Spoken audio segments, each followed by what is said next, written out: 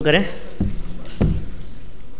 मोक्षमार्गस्य नेतारं भेतारं कर्मभूभृतां ज्ञातारं विश्वतत्त्वानां वन्दे तद्गुणलब्धये वन्दे तद्गुणलब्धये।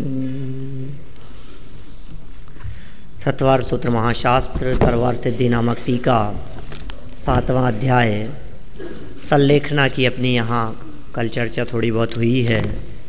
मारणांतिकिम सल्लेखनाम जोशिता ने बहुत सुंदर सूत्र दिया था। एक मरण समय में सल्लेखना की भावना भाता है ये ज्ञानी जीव। देखिए इसी सूत्र की अपनी चर्चा चल रही थी और टीका थोड़ी सी लंबी थी, अपन ने थोड़ा कम पढ़ा है। उस विषय को थोड़ा सा और आगे बढ़ाते हैं। पेज नंबर 281 पर 281 नीचे से सेकंड पैराग्राफ मान लो एक प्रकार से। बीच में इन्होंने एक उक्तम च कह करके एक गाथा यहाँ प्रस्तुत की है और उसी का यहाँ अर्थ बतला रहे हैं। शास्त्र में यह उपदेश है कि रागादिक का नहीं उत्पन्न होना अहिंसा है तथा जिनदेव ने इनकी उत्पत्ति को हिंसा कहा है। अब ये कहाँ की है ये पंक्ति पता नहीं, कुछ इन्होंने तो उक्तम च कह करके कह दिया है कि वे ऐसा कहा गया है। इसी से मिलता जुलता भाव पुरुषार्थ सिद्धि उपाय के श्लोक में था।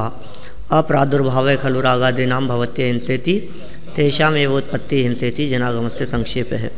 लेकिन ये भी इससे मिलती जुलती बहुत सुंदर गाथा यहाँ आ गई है। रागा बोलिए, गाथा बोलिए, बहुत सुंदर है।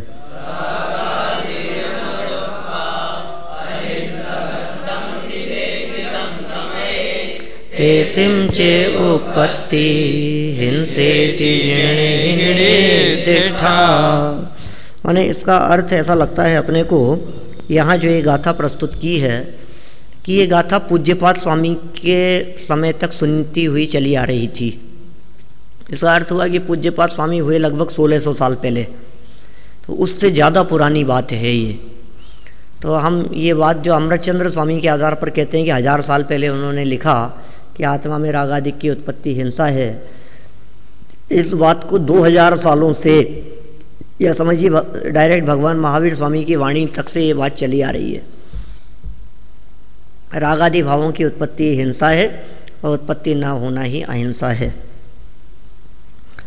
शास्त्र में यह उपदेश है कि रागादि का नहीं उत्पन्न होना अहिंसा है तथा जिनदेव ने उनकी उत्पत्ति को हिंसा कहा है। दूसरे, मरण किसी को भी इष्ट नहीं है, कोई नहीं मरना चाहता। विशेषकर बात करें अपन तो 3 गतियों के जीव, मनुष्य, तिर्यंच और देव, मरना नहीं चाहते। इसलिए इन 3 आयुओं को शुभ कहा है, ठीक है ना। और नरक आयु को अशुभ कहा है क्योंकि ये जीव नरक आयु नहीं चाहता और बाकी 3 प्रकार की आयु को चाहता है। तो मरण किसी को भी इष्ट नहीं है। जैसे नाना प्रकार की विक्रेय वस्तुओं के देन लेन और संचय में लगे हुए किसी व्यापारी को अपने घर का नाश होना इष्ट नहीं है। बोलो ये कोई चाहता नहीं है वो कि घर का नाश होवे, कि घर के नाश की बात क्यों ले ली यहाँ इन्होंने? इसलिए ले ली कि व्यापारी है, सामान बेचता है, खरीदता है, व्यापार में लगा हुआ है, धन कमाने के लिए व्यापार करता है। अब घर नष्ट हो ये तो नहीं चाहता, लेकिन परिस्थितियाँ ऐसी हो जाती है, व्यापार में ऐसा घाटा लगता है कि उसको अपना घर बेचना पड़ता है, घर बार छोड़ के निकलना पड़ता है। ऐसी परिस्थितियाँ बन जाती है कभी। लेकिन उसने व्यापार घर बेचने के लिए तो नहीं किया था, व्यापार तो पदार्थों का करता था, उनके लेन देन का व्यवहार करता था। अब घर बेचना पड़ गया, ऐसी परिस्थिति हो गई। फिर भी परिस्थितिवश उसके विनाश के कारण आ उपस्थित हों तो यथाशक्ति वह उनको दूर करता है। इतने पर भी यदि वे दूर न हो सकें तो जिससे विक्रेय वस्तुओं का नाश न हो ऐसा प्रयत्न करता है। उसी प्रकार पुण्य स्थानीय व्रत और शील के संचय में जुटा हुआ गृहस्थ भी, वो कितने सुंदर बात कह रहे हैं, वो गृहस्थ पुण्य कार्यों में जुटा हुआ है, व्रत शील संयम आदि में जुटा होने पर भी उनके आधारभूत आयु आदि का पतन नहीं चाहता। वो नहीं चाहता कि आयु आदि का पतन हो। यदा कदाचित उनके विनाश के कारण उत्पन्न हो जाएं तो जिससे अपने गुणों में बाधा नहीं पड़े, इस प्रकार उनको दूर करने का प्रयत्न करता है। इतने पर भी यदि वे दूर न हों तो जिससे अपने गुणों का नाश न हो, इस प्रकार प्रयत्न करता है। इसलिए इसके आत्मघात नाम का दोष कैसे हो सकता है, अर्थात नहीं हो सकता। पीछे इस तरह का प्रश्न उठाया था आत्मघात के संदर्भ में कि भाई आप जिस संलेखना की बात कर रहे हो, यह संलेखना तो आत्मघात या आत्महत्या जैसी दिखती है। क्या ये आत्महत्या नहीं है? इस संलेखना को हम आत्महत्या नहीं कह सकते। क्यों नहीं कह सकते?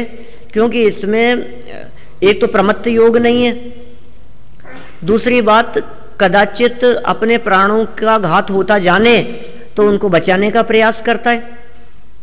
किस प्रकार कि जिस प्रकार अपने अंतरंग गुणों का घात ना हो, शील व्रतादि का पालन हो, उस तरह से उतनी मर्यादा में उनको बचाने की चेष्टा भी करता है। अब फिर भी कदाचित न बचे तो शील संयम आदि की साधना करते हुए प्राण त्याग देता है। इसलिए आत्मघात का दोष उपस्थित नहीं हो सकता। यहां पर शंकाकार कहता है कि व्रती निशल्य होता है, ऐसा कहा है, और वहां तीसरी शल्य मिथ्या दर्शन है।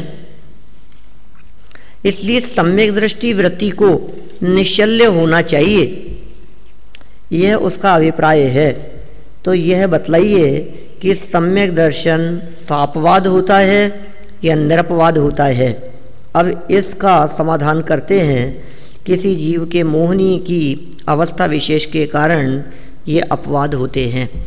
देखो कितनी सुंदर बात कही है। ऐसा प्रश्न शायद अच्युत कांत ने उठाया भी था कि व्रती के संदर्भ में कि भाई ये शल्य जो है ये उनके जीवन में कैसे संभव है, ऊपर के जीवन में माया मिथ्यात्व निदान। तो ये जो मिथ्यात्व शल्य है, ये मिथ्यात्व शल्य तो ऊपर नहीं होनी चाहिए। शल्य का सद्भाव आपने व्रती के जीवन में कैसे कहा? यहाँ बहुत सुंदर प्रश्न कर लिया इन्होंने कि आप व्रती को निशल्य कह रहे हो। आपके शल्य की चर्चा से तो ऐसा लगता है कि ये निशल्यपना चौथे गुणस्थान वाले के संभव है। नहीं, माया मिथ्यात्व निदान, विशिष्ट कर मिथ्यात्व की बात करो। सिर्फ मिथ्यात्व की यदि हम बात देखते हैं तो मिथ्यात्व नामक निदान, मिथ्यात्व नामक शल्य, ये तो सम्यक दृष्टि के नहीं है। तो जो चीज सम्यक दृष्टि की ही नहीं है, जो चीज चौथे गुणस्थान वाले की ही नहीं है, आप व्रती की चर्चा करते हुए कहो कि उसके नहीं होती, इसमें क्या दम है? आप पांचवें गुणस्थान वाले की चर्चा कर रहे हो और ये कह रहे हो कि शल्य नहीं होती। ये बात तो चौथे वाले में ही होगी। आप किसी बहुत बड़े विद्वान की बात कर रहे हो और उनकी महिमा गाते हुए आप ये कहो कि ये तो पता है आपको आलू भी नहीं खाते, तो क्या हो गया? तो नहीं खाते तो ये तो बहुत कॉमन सी बात है, इसमें क्या है? ये कोई बड़ी चीज थोड़ी ना कि अरे नहीं साहब पता है आपको ये रात को रोटी नहीं खाते, तो रात को रोटी नहीं खाते तो क्या हो गया उसमें? ये चीज तो बहुत पहले ही, माने जब उन्होंने पाठशाला में पढ़ना चालू किया था तभी ये बात समझ में आ गई थी कि आलू प्याज आदि जमीकंद सेवन करने योग्य नहीं है, रात्रि भोजन करने योग्य नहीं है। ये तो हमारे 3 साल के बच्चे छोड़ देता है, हमारे बेटे ने तो जन्म से नहीं खाया। तो माने ये तो इसमें क्या हो गया? उसमें ये कौन सी बड़ी चीज है? अब आप उनकी विशेषता बतलाते हुए ऐसी बात करो। तो ऐसे ही यहाँ कह रहे हैं, आप व्रती की महिमा बतला रहे हो और कह रहे हो कि वो निशल्य होता है, और फिर शल्य की बात कहते हुए कह रहे हो कि उसके माया नहीं होती, मिथ्यात्व नहीं होता, निदान नहीं होता। ये बात को जच नहीं रही हमारे को। इसका समाधान यद्यपि इन्होंने किया, देखो मतलब ऐसा सरल भाषा में संक्षेप में इन्होंने इस बात को खोला है और इन्होंने ऐसा बतलाया कि भाई ऐसा समझ लो आप कि और अधिक कहीं कदाचित मोहनी कर्म का तीव्र उदय हो और थोड़ा बहुत किसी अंश में कुछ बच जाए तो वो भी व्रती के जीवन में नहीं होता। और इसको समझाने के लिए उन्होंने सम्यक दृष्टि जीव को अतिचार रहित पना दिखाया। देखिए 5 प्रकार के अतिचारों की चर्चा की। 23 नंबर का सूत्र है आगे कि भाई ये जो सम्यक दृष्टि है इसके ये 5 अतिचार हैं।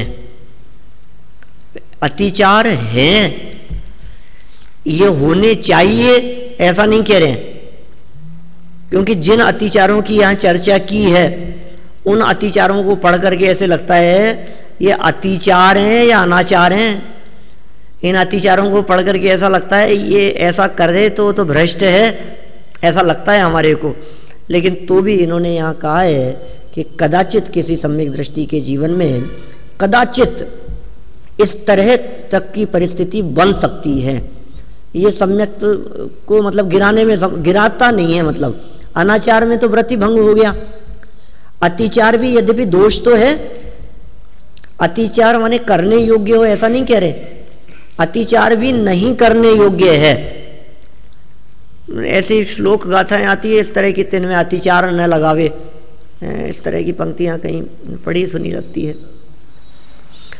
इन व्रतों में अतिचार नहीं लगावे, छेड़ा लगी है क्या? छेड़ा लगी 12 व्रत के अतिचार पन न लगावे, है ना, ऐसा कहा ना। 12 व्रत के अतिचार पन न लगावे, मरण समय संन्यास धार तसु दोष नसावे, यूं श्रावक व्रतपाल स्वर्ग सोलम उपजावे, ते चे नरजन्म पाए मुनि भय शिव जावे। तो अतिचार नहीं लगावे, लेकिन तो भी अतिचार यदि लग जाए तो लग जाए, भूमिका है, उस भूमिका में ये अतिचार संभव है। देखिए सम्यक दृष्टि के अतिचार, शंका कांक्षा विचिकित्सान्य दृष्टि प्रशंसा संस्तवाः सम्यक दृष्टेर अतिचाराः।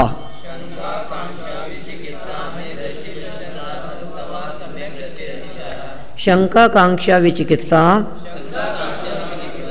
शंका कांक्षा विचिकित्सा, अन्य दृष्टि प्रशंसा। देखो कैसा अन्य दृष्टि प्रशंसा तक की बात कही है यहाँ।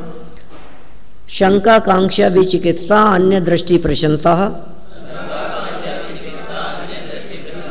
शंका कांक्षा विचिकित्सा अन्य दृष्टि प्रशंसा, संस्तवाः सम्यक दृष्टेर अतिचाराः, सम्यक दृष्टेर अतिचाराः। शंका कांक्षा विचिकित्सान्य दृष्टि, पूरा बोल लो, शंका कांक्षा विचिकित्सान्य दृष्टि प्रशंसा संस्तवा सम्यक दृष्टेर अतिचाराः।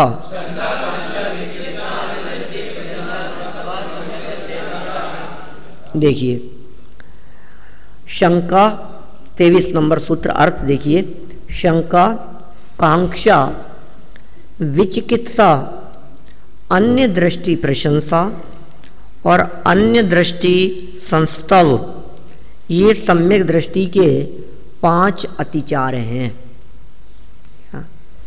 ये सम्यक दृष्टियों के 5 अतिचार हैं। दर्शन विशुद्धि इत्यादि सूत्र का व्याख्यान करते समय निशंकितत्व आदि का व्याख्यान किया है। ये शंकाएं उनके प्रतिपक्ष पक्षभूत जानना चाहिए। प्रतिपक्षभूत शंकाएं उनके जीवन में नहीं होती।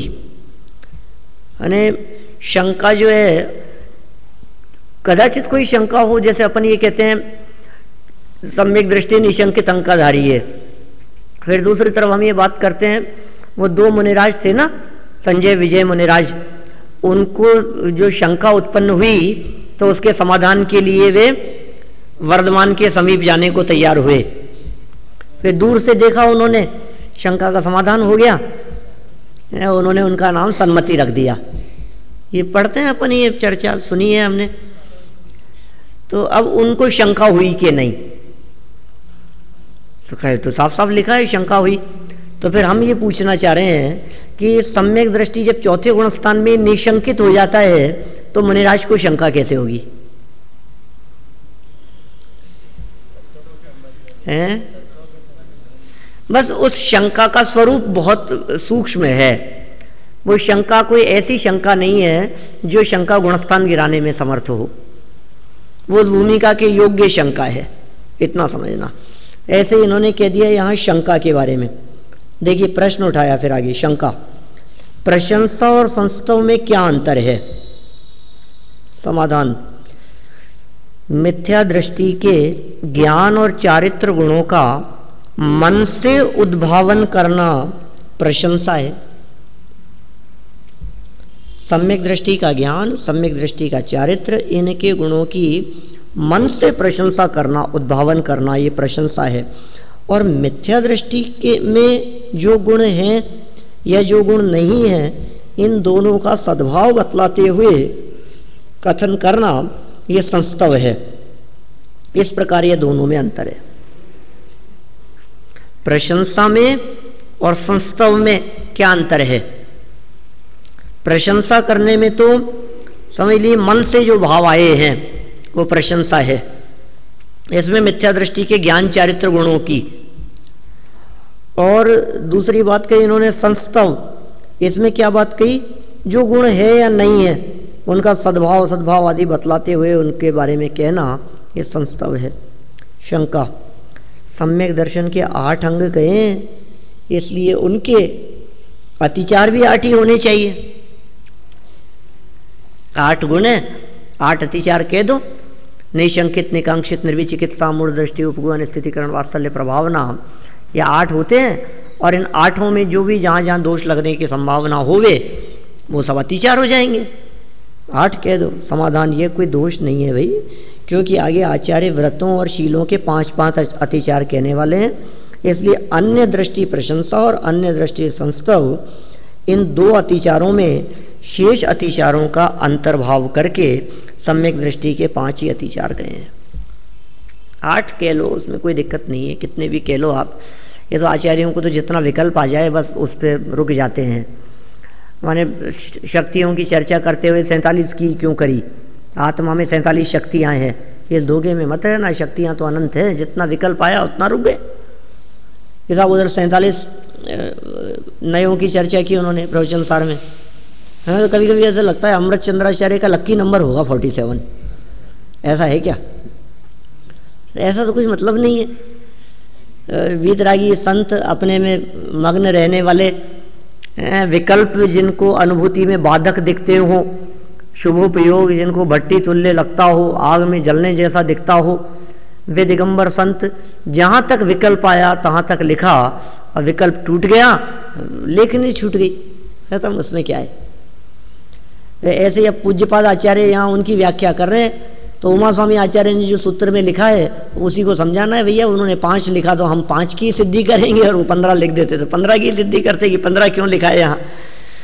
इन्होंने तर्क दिया आगे, क्योंकि आगे के जितने व्रतों की चर्चा करने वाले हैं, व्रतशील आदि की, उन सब में 5 अतिचारों की चर्चा की है। दौलत राम जी ने यहीं से लिया, 12 व्रत के अतिचार पन 5 अतिचार। तो कि 5 कोई गिनती से होते हैं क्या? अरे दोष भी कोई गिनती से होते हैं? ये साहब मैं गिन करके 5 प्रकार के दोषों को छोड़ता हूं, अरे कितने प्रकार के दोष हैं? उनके कोई प्रकार नहीं है, कितने भी प्रकार का हो सकता है, लेकिन स्थूल रूप से उनको 5 भागों में बांट दिया गया। अच्छा, पाप कितने होते हैं बताओ? मतलब पाप तो 5 होते हैं, 5 ही होते हैं, अनंत है पाप, अनगिनत है। तो 5 तो बहुत स्थूल दृष्टि से कह दिया। क्यों? मिथ्यात्व पाप नहीं है, हिंसा पाप नहीं है। अच्छा, क्रोधाधिक पाप नहीं है क्या? सब पाप ही है सब। अब प्रकृतियों की दृष्टि से देखो तो 100 प्रकृतियां पाप रूप कही है, तो पाप 100 हो गए। 100 पाप क्रिया की अपेक्षा से, व्यक्ति की अपेक्षा से, परिस्थितियों की अपेक्षा से अनगिनत पाप हो सकते हैं। 5 कह दिए उन्होंने। स्थूल रूप से हिंसा, झूठ, चोरी, कुशील, परिग्रह 5 कह दिए गए। बोलो।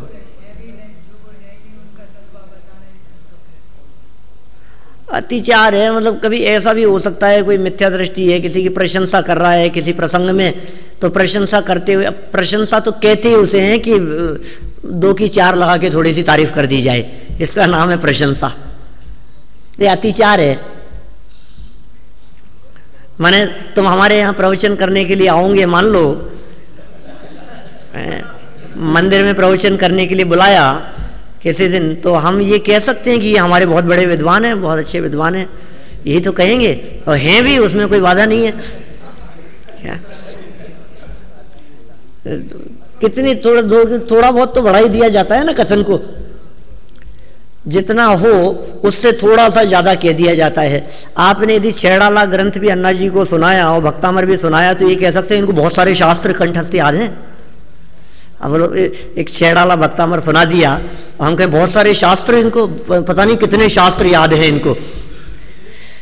तो ये सम्यक दृष्टि यदि कदाचित किसी की ऐसी प्रशंसा कर ले वे तो अतिचार है, उसमें दोष तो है ही, क्योंकि जितना नहीं था उसके बारे में भी कह दिया आपने। सद्भाव और असद्भाव दोनों का इस प्रकार का कथन करना ठीक है, एक ही बात है, स्तुति है, वो स्तवनी है, महिमा बखान करना। यहां तक तो अतिचार में अन्य दृष्टि प्रशंसा तक कह दिया। ये पूज्यपाद स्वामी ने खोला नहीं इस बात को, शायद हो सकता है पूज्यपाद स्वामी को हृदय में ऐसा संकोच हुआ हो कि सम्यक दृष्टि को क्यों कहते हो कि वो सम्यक दृष्टि ऐसा भी कर सकता है। उन्होंने बोले छेड़ो ही मत इस बात को, अछेड़े जैसे रहने दिया। लेकिन इसमें कुछ इस प्रकार की बातें आ गई कि समझ लो आप ताजमहल देख करके आया और उसकी प्रशंसा की, कहीं बाहर से निकला और ये बिड़ला मंदिर बहुत सुंदर दिखाई दिया तो सब ये बहुत सुंदर बनाया हुआ है, तो ये अन्य दृष्टि प्रशंसा के अंतर्गत है। इस प्रकार की बातें जो अतिचार है, ज्ञानियों के जीवन में इस प्रकार के अतिचार भी नहीं होने चाहिए। कदाचित हो जाए तो हो जाए, किसी जगह को देखकर, किसी क्षेत्र को देखकर जो अन्य मतियों में प्ररूपित कोई बात है उस बात की प्रशंसा कर देना। कोई बात किसी धर्म दर्शन आदि की कुछ अच्छी लगी तो उन्होंने कह दिया कि यहाँ इनके जीवन में इतनी बात तो अच्छी है, ऐसा कह देना, ये भी अन्य दृष्टि प्रशंसा ही है। कई स्थानों पर होती है ऐसी बातें, कभी कभी ज्ञानियों के माध्यम से, विद्वानों के माध्यम से, प्रवचनों में भी कभी आप भरतरी के श्लोकों का प्रमाण प्रस्तुत कर दोगे, कभी आप कबीर के दोहे प्रस्तुत करके कहोगे कि कबीरदास जी ने कितना अच्छा लिखा है, तो ये अन्य दृष्टि प्रशंसा है। करते हैं कि नहीं ऐसा?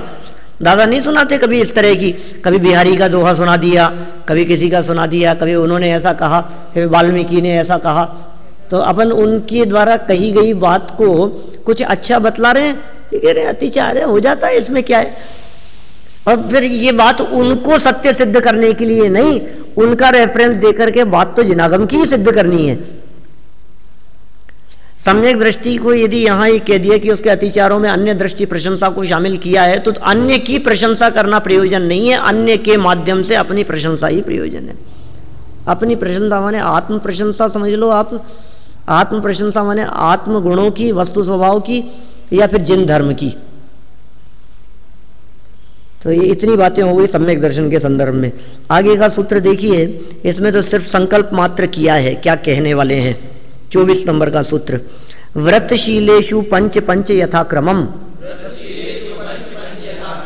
व्रतशीलेषु पंच पंच यथाक्रमम, व्रतशीलेषु पंच पंच यथाक्रमम। क्या अर्थ हुआ? व्रतों और शीलों में 5-5 अतिचार हैं जो क्रम से इस प्रकार हैं। कौन कौन से व्रतों में? कि वही अहिंसादिक जो व्रत कहे थे, और शील मतलब वो 7 और 5 12 हो गए, तो इन सब में 5-5 अतिचार कहे हैं। हो सकता है आपसे एग्जामिनर किसी भी व्रत संबंधी अतिचार को पूछ ले, है ना, आपसे पेपर में ये पूछे अहिंसा व्रत के अतिचार बतलाइए। इतना ध्यान रखना कि अतिचार का प्रकरण अलग है और भावनाओं का प्रकरण अलग है। अहिंसा व्रत की भावना पूछेंगे तो पीछे जो हमने चर्चा की थी वो होना चाहिए, और अहिंसा व्रत के अतिचार पूछेंगे तो फिर ये होना चाहिए, बंद वदच्छेदाति भारारोपणान्न पान निरोधा। ठीक। 25 नंबर, बंद वदच्छेदाति भारारोपणान्न पान निरोधा। बंद वदच्छेदाति भारारोपणान्न पान निरोधा। ये पढ़ा नहीं क्या अपन ने, इसके ऊपर वाला पढ़ लो। चलो क्या है, संकल्पित तो है। शील और व्रत इन शब्दों का कर्मधारय समास होकर व्रतशील पद बनाए हैं। उनमें अर्थात व्रतशीलों में शंका। सूत्र में शील पद का ग्रहण करना निष्फल है, क्योंकि व्रत पद के ग्रहण करने से ही उनकी सिद्धि हो जाती है। व्रतशीलेषु ऐसा कहा है ना, व्रतशीलेषु पंच पंच यथाक्रमम, तो कहा व्रतेषु ऐसा ही कह दो ना। व्रतशीलेषु शील पद की चर्चा क्यों कर रहे हो? जो व्रती है वो शीलवान तो है ही, कुशील तो है नहीं, व्रती है वो सुशील है। समाधान, सूत्र में शील पद का ग्रहण करना निष्फल नहीं है, क्योंकि विशेष का ज्ञान कराने के लिए और व्रतों की रक्षा करने के लिए शील है। शील शब्द के माध्यम से विशेष बातों को ग्रहण किया है। शील शब्द के माध्यम से उन्हीं व्रतों में दृढ़ता की बात कही है, दृढ़ता से उनके पालन की बात कही है, व्रतों की रक्षा के लिए शील। इसलिए यहाँ शील पद के ग्रहण करने से दिग्विरति आदि लिए जाते हैं, इनसे व्रतों की रक्षा होती है। इसका मतलब ऐसा समझ सकते हैं अपन कि शील व्रतेषु जो शब्द दिया उसमें, या व्रतशीलेषु जो शब्द दिया है, इसमें व्रत शब्द के माध्यम से अहिंसादिक 5 लेना और शील के माध्यम से दिग्व्रत आदि 7 लेना। तो व्रतशीलेषु कह करके 5 + 7 12 हो गए टोटल। ठीक है, व्रत माने 5, शील माने 7, और व्रतशीलेषु मतलब 5 और 7, ये 12 हो गए। इनके 5-5 अतिचारों की बात हो गई। 710 यहाँ गृहस्थ का प्रकरण है, इसलिए गृहस्थ के व्रतों और शीलों के आगे कहे जाने वाले क्रम से 5-5 अतिचार जानने चाहिए, जो इस प्रकार हैं। उनमें से पहले अहिंसा व्रत के अतिचार बतलाने के लिए ये सूत्र भी अपन ने बोला था। ठीक है, वापस बोल लो एक बार। बंध वदच्छेदाति भारारोपणान्न पान निरोधः। बंध वधच्छेदाति भारारोपणान्न पान निरोधः। 5 बातें कह दी। बंध, वध, छेद, अतिभार का आरोपण और अन्नपान का निरोध, ये अहिंसा अणुव्रत के 5 अतिचार हैं। सरल है वैसे तो। ये किस किस के लिए, देखिए अहिंसा शब्द का प्रयोग होता है प्रमत्त योगात् प्राण व्यपरोपणम हिंसा न होवे, और उसका नाम है अहिंसा। अहिंसा माने प्रमाद के योग से प्राण न जाएं किसी के, प्राणों का हरण कर लेना। अब प्राणों का हरण नहीं किया जाए ये तो अहिंसा, लेकिन नहीं किया जाने पर भी यदि प्राणों को कुछ ठेस पहुंची तो वो अहिंसा का अतिचार है। हिंसा तो नहीं करता, तरल जीवों को मारता तो नहीं है, लेकिन बांध के रखा हुआ है, बंधन में है। इसलिए ऐसा भी कह सकते हैं अपन, पशुपालन यह अहिंसा व्रत का अतिचार है।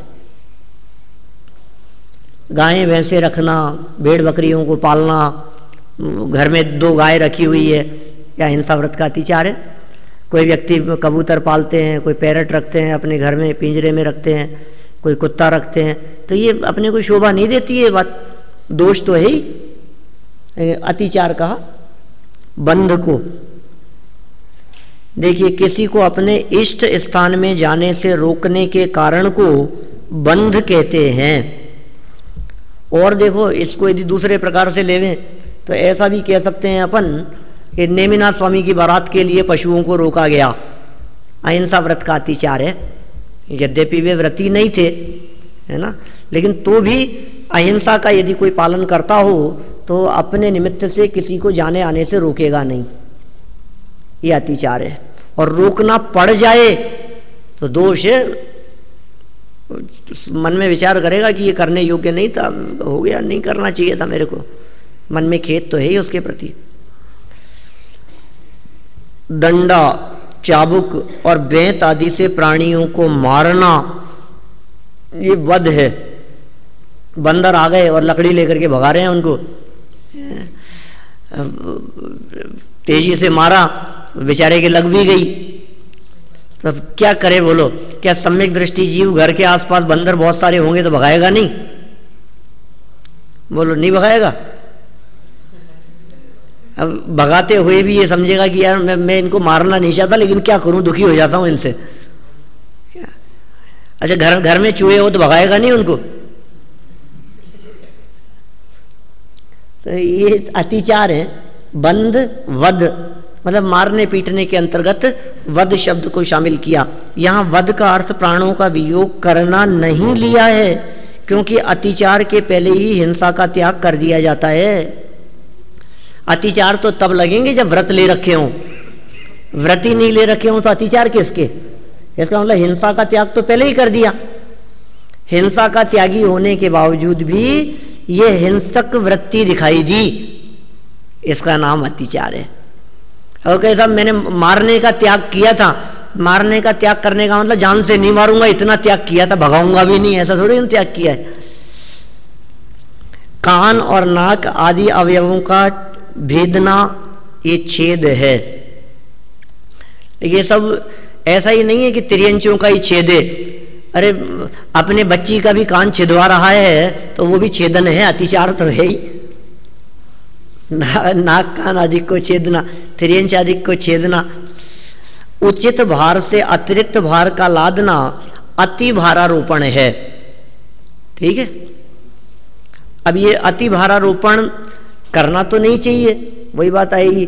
फिर क्यों कर लिया? कि कदाचित ऐसी परिस्थिति बनी हो कि यहां से समझ लीजिए बैलगाड़ी पर कोई सामान जाना है सांगानेर। अब सामान जो जाना है, बैलगाड़ियों का ही जमाना हुआ करता था, उस जमाने की बात है, गाँव में इसी तरह के प्रयोग होते हैं। और जितना सामान जाना है उतना में से थोड़ा सा बच गया, अब वो बाकी उसकी वजन के हिसाब से रख दिया कि भाई इतना वजन ले जा सकता है। अब जो थोड़ा बच गया है, अब इसके लिए क्या उस बैलगाड़ी को दोबारा चक्कर लगवाएगा? तो हो जाए इतना सा ठीक है, थोड़ा ज़्यादा रख दो, कोई बात नहीं। ये अति भारारोपण परिस्थिति वश है। मतलब वो एक बार बैलगाड़ी सांगानेर जाएगी, फिर दोबारा आएगी, फिर दूसरा चक्कर करेगा, तो इससे अच्छा है कि ये 2 अटैची तो और है, 2 बैगी तो हैं, 2 कार्टून और रख दो, कोई बात नहीं। ये अति भारारोपण अतिचार है। दोष मानता है कि यार मुझे ऐसा नहीं करना चाहिए था और कोई व्यवस्था सोचनी चाहिए थी। लेकिन गौ आदि के भूख प्यास में बाधा कर अन्न पान का रोकना, यह अन्न पान निरोध है। ये तो नासमझी में भी हो जाता है, अनजाने में भी हो जाता है। हम कहीं चले गए, पीछे से ध्यान नहीं रखा, पशु घर में थे, उनके भोजन की व्यवस्था नहीं हो सकी, या समझ लीजिए ऋषभ देव ने जैसा उपदेश दिया, बैलों के छीका बांध दिया मुंह के ऊपर, अब बेचारे खा नहीं पाए। अब उनका ये उद्देश्य तो नहीं था कि उनको खाने से रोकना है, वो तो खोलना ही चाहिए था। दौड़ते हुए आए, 13 घंटे 7 मिनट लग गए उनको। इतना भोजन का निषेध हुआ, इसका फल मिल गया उनको, बंध गया कर्म। ये 5 अहिंसाणु व्रत के अतिचार हैं। तो इस तरह से अहिंसा व्रत के अतिचारों तक की हमने बात की है। शेष अतिचारों को फिर कल आगे बढ़ाएंगे। महावीर भगवान ने